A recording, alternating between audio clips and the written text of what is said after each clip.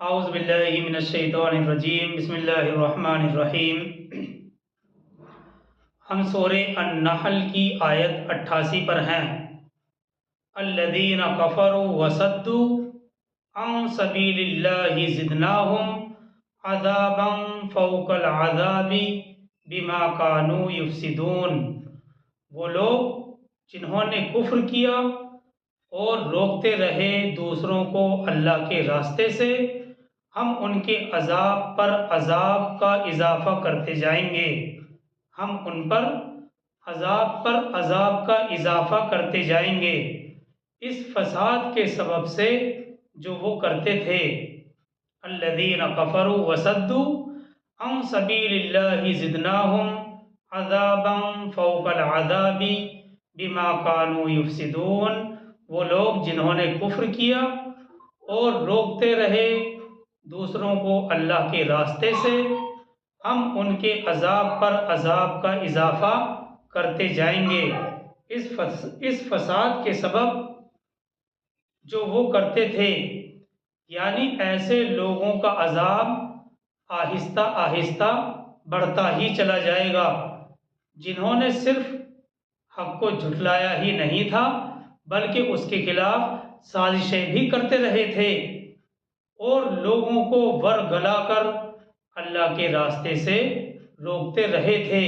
تو اللہ سبحانہ و تعالیٰ ایسے لوگوں کے بارے میں کہہ رہے ہیں کہ ایسے لوگوں کا عذاب آہستہ آہستہ بڑھتا ہی چلا جائے گا جنہوں نے یہی نہیں کہ صرف حق کو جھٹلا دیا تھا بلکہ مزید اس پر یہ کہ حق کے خلاف سازشیں کی اور لوگوں کو ورگلا کر اللہ کے راستے سے روکتے رہے۔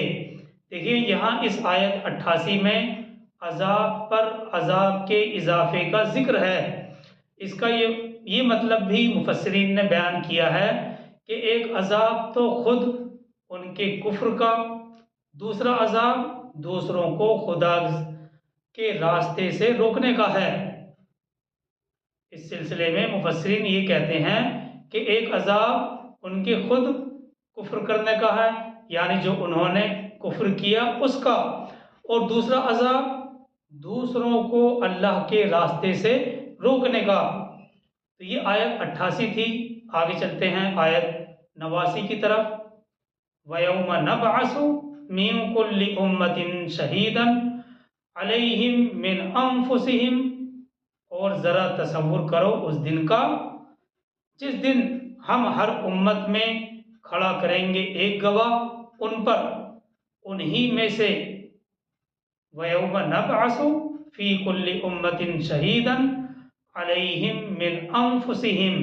اور ذرا تصور کرو اس دن کا جس دن ہم ہر امت میں کھڑا کریں گے ایک گواہ ان پر، انہی میں سے۔ یہ وہی الفاظ ہیں جو اس سے پہلے ہم نے آیت 84 میں پڑھے تھے، بس من اور فی کا فرق ہے۔ یہاں فی کل امت شہید اور شہیدن ہے، اور اس سے پہلے آیت 84 میں وَيَوْمَ نَبْعَثُ مِن كُلِّ أُمَّةٍ شَهِيدًا تھا۔ تو بس من اور فی کا فرق ہے، اور اس سلسلے میں کئی آیات کا حوالہ بھی دیا گیا تھا۔ یعنی قیامت کے دن تمام رسول اپنی اپنی امت پر گواہ ہوں گے۔ سورہ احزاب میں پارہ نمبر 22 میں رسول کریم صلی اللہ علیہ وسلم کے حوالے سے یہ بات کہی گئی ہے۔ یا ایھا النبی انا ارسلناک شاہدا ومبشرا ونذیرا وداعیا الی اللہ باذنہ وسراجا منیرا وداعیا الی اللہ باذنہ وسراجا منیرا۔ یہ سورہ احزاب میں رسول کریم صلی اللہ علیہ وسلم سے متعلق کہا گیا ہے، اور یہ پارہ 22 ہے۔ اے نبی صلی اللہ علیہ وسلم، یقیناً ہم نے آپ کو بھیجا ہے گواہی دینے والا، خوشخبری دینے والا اور خبردار کرنے والا بنا کر، وداعیا الی اللہ باذنہ، اور بلانے والا اللہ کی طرف اس کے حکم سے، وسراجا منیرا، اور ایک روشن چراغ۔ یہ نبی صلی اللہ علیہ وسلم کے بارے میں کہا گیا ہے اے نبی صلی اللہ علیہ وسلم یقیناً ہم نے آپ کو بھیجا ہے گواہی دینے والا، خوشخبری دینے والا اور خبردار کرنے والا بنا کر، اور بلانے والا اللہ کی طرف اس کے حکم سے، اور ایک روشن چراغ۔ اور اسی طرح سورہ المزمل میں بھی حضور صلی اللہ علیہ وسلم کے بارے میں یہ کہا گیا ہے انا ارسلنا الیکم رسولا شاہدا علیکم کما ارسلنا الی فرعون رسولا، یقیناً ہم نے بھیجا ہے تمہاری طرف ایک رسول گواہی دینے والا تم پر، جیسے ہم نے بھیجا تھا فرعون کی طرف ایک رسول، یعنی ہم نے ایسے ہی آپ کی طرف رسول بھیجا ہے جیسے فرعون کی طرف بھیجا تھا۔ بہرحال آگے اسی آیت 89 میں ہے وَجِئْنَا بِكَ شَهِيدًا عَلَى هَؤُلَاءِ، اور آپ کو کھڑا کریں گے گواہ بنا کر ان کے خلاف۔ وَجِئْنَا بِكَ شَهِيدًا عَلَى هَؤُلَاءِ، اور آپ کو کھڑا کریں گے گواہ بنا کر ان کے خلاف۔ یہاں ایک بات یہ غور کرنے کی ہے کہ آیت میں ہَؤُلَاءِ کا لفظ لایا گیا ہے، ہَؤُلَاءِ، اور یہ لفظ خاص ہے اور اس میں قریش مکہ کی طرف اشارہ ہے، جن لوگوں تک حضور صلی اللہ علیہ وسلم نے براہ راست اللہ کی دعوت پہنچائی تھی، لہٰذا قیامت کے دن آپ صلی اللہ علیہ وسلم ان کے خلاف گواہی دے دیں گے کہ اے اللہ، آپ نے جو مجھے پیغام بھیجا تھا، پیغام دیا تھا، اے اللہ میں نے آپ کا پیغام بغیر کسی کمی زیادتی کے ان تک پہنچا دیا تھا، اور اس میں کسی شک و شبے کی گنجائش نہیں چھوڑی تھی، یعنی جیسا پیغام آپ نے مجھے دیا تھا بغیر کسی کمی زیادتی کے میں نے یہ پیغام ان تک پہنچا دیا تھا، اور اس سلسلے میں کسی شک اور شبے کی گنجائش چھوڑی ہی نہیں تھی۔ آپ کہہ دیں گے، یعنی نبی صلی اللہ علیہ وسلم کہہ دیں گے میں نے اس سلسلے میں برسوں تک ان کے درمیان طرح طرح کی مشقتیں اٹھائیں، انہیں تنہائی میں فردن فردن بھی بتلایا، اور علی الاعلان اجتماعی طور پر بھی میں ان سے مخاطب ہوا، میں نے اس سلسلے میں کوئی کسر نہیں چھوڑی تھی، میں نے اس سلسلے میں کوئی کسر نہیں چھوڑی تھی۔ یہ حضرت خان ہے، ان کا مائک کھلا ہوا ہے۔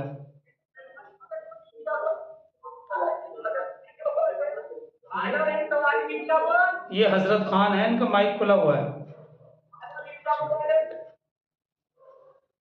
اللہ کے نبی صلی اللہ علیہ وسلم اس سلسلے میں کہہ دیں گے کہ میں برسوں تک ان کے درمیان رہا، ہر طرح کی مشقت اٹھائی، انہیں تنہائی میں فردن فردن بھی سمجھایا، اور علی الاعلان اجتماعی طور پر بھی ان سے مخاطب ہوا، اس سلسلے میں نے کوئی کسر نہیں چھوڑی۔ دیکھیے رسول اللہ صلی اللہ علیہ وسلم نے اللہ کا یہ پیغام جو اللہ نے ان کو دیا تھا اہل عرب تک براہ راست پہنچایا، اور باقی دنیا تک کے لیے یہ پیغام پہنچانے کی ذمہ داری آپ صلی اللہ علیہ وسلم نے امت کے لوگوں کی طرف منتقل فرما دی ہے۔ اب اگر امت اس فرض میں کوتاہی کرے گی تو لوگوں کی گمراہی کا وبال امت کے ہر فرد پر آئے گا۔ دیکھیے یہ اصول یہاں سمجھنے کا ہے کہ رسول کریم صلی اللہ علیہ وسلم نے اللہ کا یہ پیغام اہل عرب تک براہ راست پہنچا دیا، اور باقی دنیا تک کے لیے یہ پیغام پہنچانے کی ذمہ داری آپ نے امت کے لوگوں کی طرف منتقل فرما دی۔ اب اگر امت اس فرض میں کوتاہی کرتی ہے تو لوگوں کی گمراہی کا وبال امت کے ہر فرد پر آئے گا۔ چنانچہ یہ بہت بھاری اور نازک ذمہ داری ہے جو ہم امت مسلمہ کے افراد ہونے کے سبب ہمارے کندھوں پر آ گئی ہے، لہٰذا جہاں تک ہو سکے اور جہاں تک ممکن ہو سکے اس ذمہ داری کو نبھانے کی کوشش کریں۔ آگے اسی آیت میں ہے وَنَزَّلْنَا عَلَيْكَ الْكِتَابَ تِبْيَانًا لِكُلِّ شَيْءٍ وَهُدًى وَرَحْمَةً وَبُشْرَى لِلْمُسْلِمِينَ، اور اے نبی صلی اللہ علیہ وسلم ہم نے اتاری ہے آپ پر یہ کتاب وضاحت کرتی ہوئی ہر چیز کی، اور یہ ہدایت، رحمت اور بشارت بن کر آئی ہے مسلمین کے لیے۔ وَنَزَّلْنَا عَلَيْكَ الْكِتَابَ تِبْيَانًا لِكُلِّ شَيْءٍ وَهُدًى وَرَحْمَةً وَبُشْرَى لِلْمُسْلِمِينَ، اے نبی صلی اللہ علیہ وسلم ہم نے اتاری ہے آپ پر یہ کتاب وضاحت کرتی ہوئی ہر چیز کی، اور یہ ہدایت، رحمت اور بشارت بن کر آئی ہے مسلمین کے لیے، یعنی انسانی زندگی کے تمام مسائل کا حل قرآن میں موجود ہے۔ قرآن ان لوگوں کے لیے ہدایت، رحمت اور بشارت ہے جو مسلم یعنی اللہ کی فرما برداری کرنے والے ہیں۔ اس جگہ آیت میں مسلمین کا لفظ، اور اس لفظ سے یہ بات سمجھ میں آئی کہ جو لوگ آج اس کتاب کو مان لیں گے اور اطاعت کی راہ اختیار کر لیں گے، ان کو یہ زندگی کے ہر معاملے میں صحیح رہنمائی دے گی، اور اس کی پیروی کی وجہ سے ان پر اللہ کی رحمتیں ہوں گی، اور انہیں یہ کتاب خوشخبری دے گی کہ فیصلے کے دن اللہ کی عدالت سے وہ کامیاب ہو کر نکلیں گے۔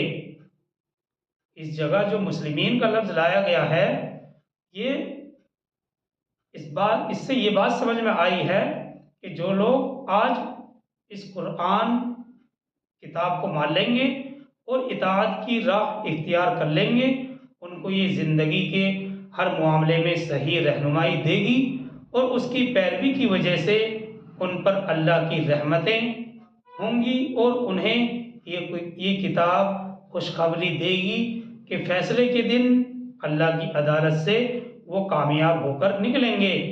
برخلاف ان لوگوں کے جو اسے نہیں مانیں گے، وہ صرف یہی نہیں کہ ہدایت سے محروم رہیں گے، بلکہ قیامت کے دن جب خدا کا پیغمبر ان کے مقابلے میں گواہی دینے کو کھڑے ہوں گے، تو یہی دستاویز ان کے خلاف ایک زبردست حجت ہوگی، کیونکہ یہ کتاب عام ہے۔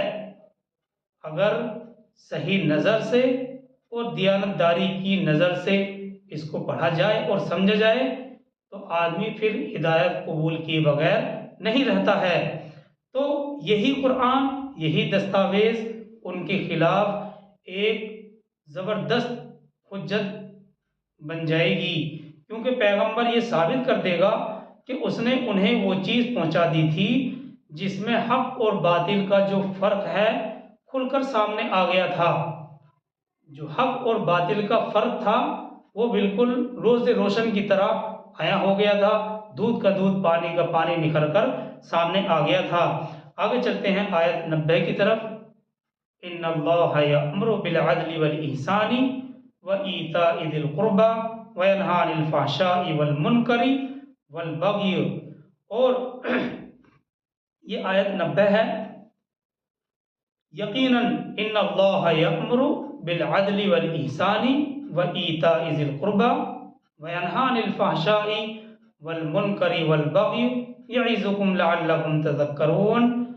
ترجمہ اس کا یہ ہے، یقیناً بے شک اللہ حکم دیتا ہے عدل کا، احسان کا، اور رشتہ داروں کو ان کے حقوق ادا کرنے کا، وینہی عن الفحشاء والمنکر والبغی، اور وہ روکتا ہے بے حیائی، برائی اور سرکشی سے، یعظکم لعلکم تذکرون، وہ تمہیں نصیحت کرتا ہے تاکہ تم سبق حاصل کرو۔ یہ آیت قرآن مجید کی جامع ترین آیات میں سے ہے، یعنی سورہ النحل کی یہ آیت 90 قرآن مجید کی جامع ترین آیات میں سے ہے، جس میں پوری اسلامی تعلیمات کو صرف چند الفاظ میں سمو دیا گیا ہے۔ پوری اسلامی تعلیمات چند الفاظ میں سمو دی گئی ہیں، اس لیے صحابہ، سلف اور صالحین کے مبارک زمانے ہی سے آج تک دستور چلا آ رہا ہے کہ جمعہ اور عیدین کے خطبوں میں آج تک خطبوں کے آخر میں یہ آیت تلاوت کی جاتی ہے۔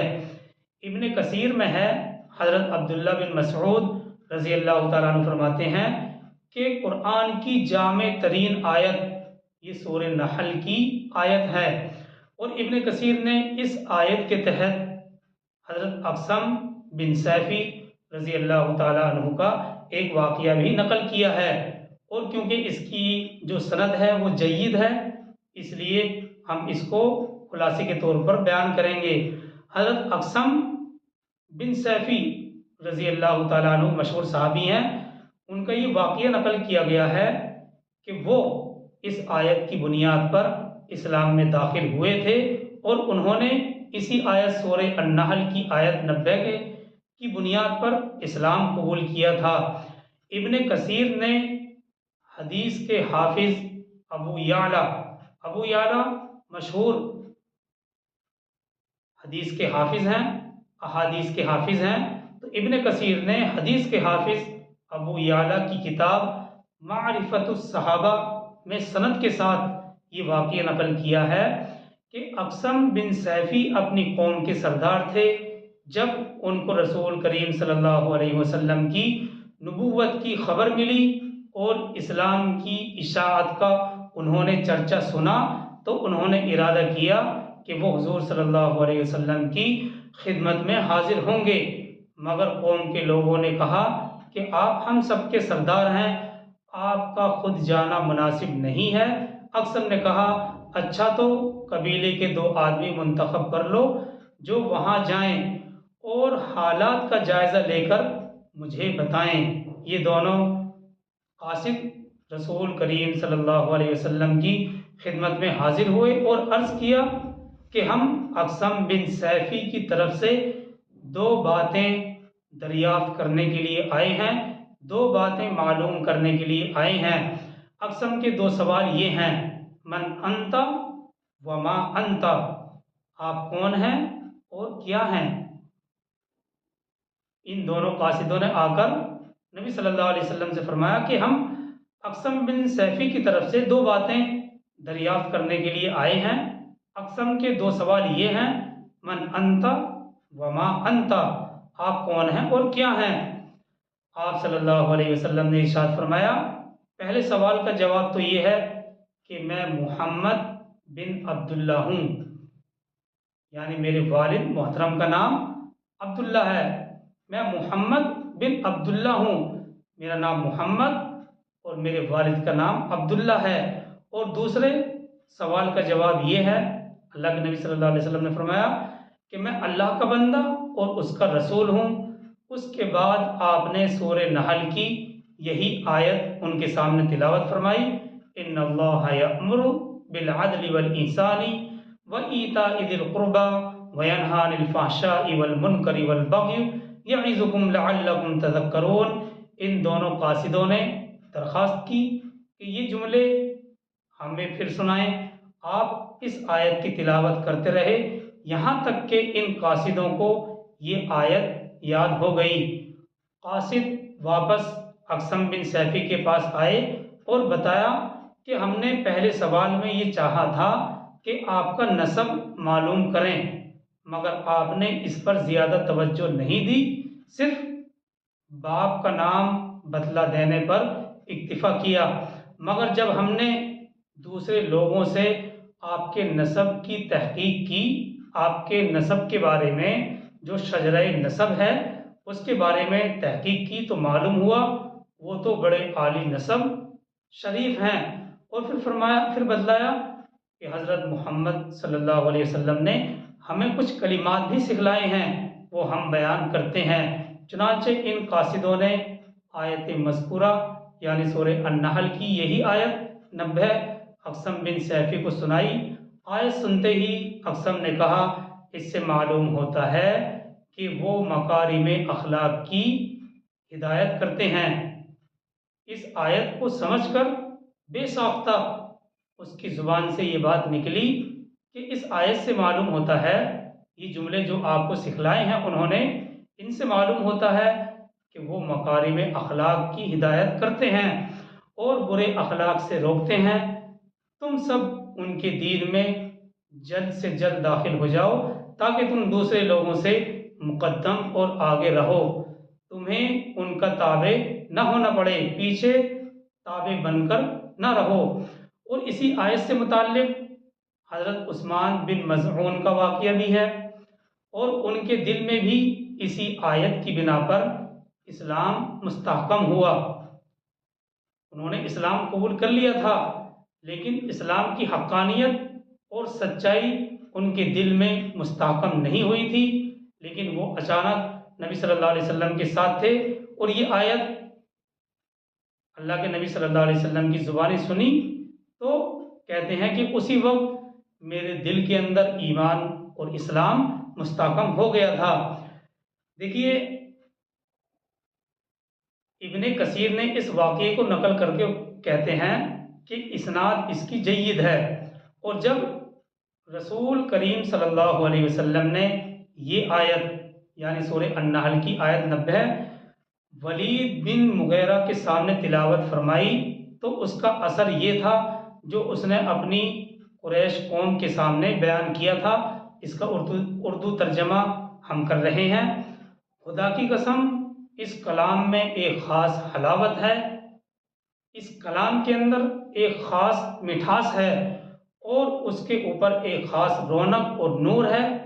اس کی جڑ سے شاخیں اور شاخوں سے پتے نکلنے والے ہیں اور شاخوں پر پھل لگنے والے ہیں۔ یہ کسی انسان کا کلام ہرگز نہیں ہو سکتا۔ بہرحال یہ وضاحت تو اس آیت کا گویا کہ ایک مقدمہ ہے، ایک پیش خیمہ ہے۔ اب ہم اس کے جو مضامین ہیں اس پر ہم جائیں گے، اور اس میں 3 چیزوں کا سب سے پہلے حکم دیا گیا ہے۔ عدل، نمبر 1 عدل، نمبر 2 احسان، اور تیسرا رشتہ داروں کے حقوق ادا کرنے کا۔ تو اب تک جو وضاحت تھی یہ گویا کہ آیت کا مقدمہ ہے۔ اب جو اس کے مضامین ہیں وہ انشاءاللہ کل بیان کریں گے۔ اللہ تعالی ہم سب کو عمل کی توفیق عطا فرمائے۔ سبحان اللہ و بحمدہ، سبحانک اللہم و بحمدک، ونشہد ان لا الہ الا انت ونستغفرک ونتوب الیک۔ سبحان ربک رب العزۃ عما یصفون، وسلام علی المرسلین، والحمد للہ رب العالمین۔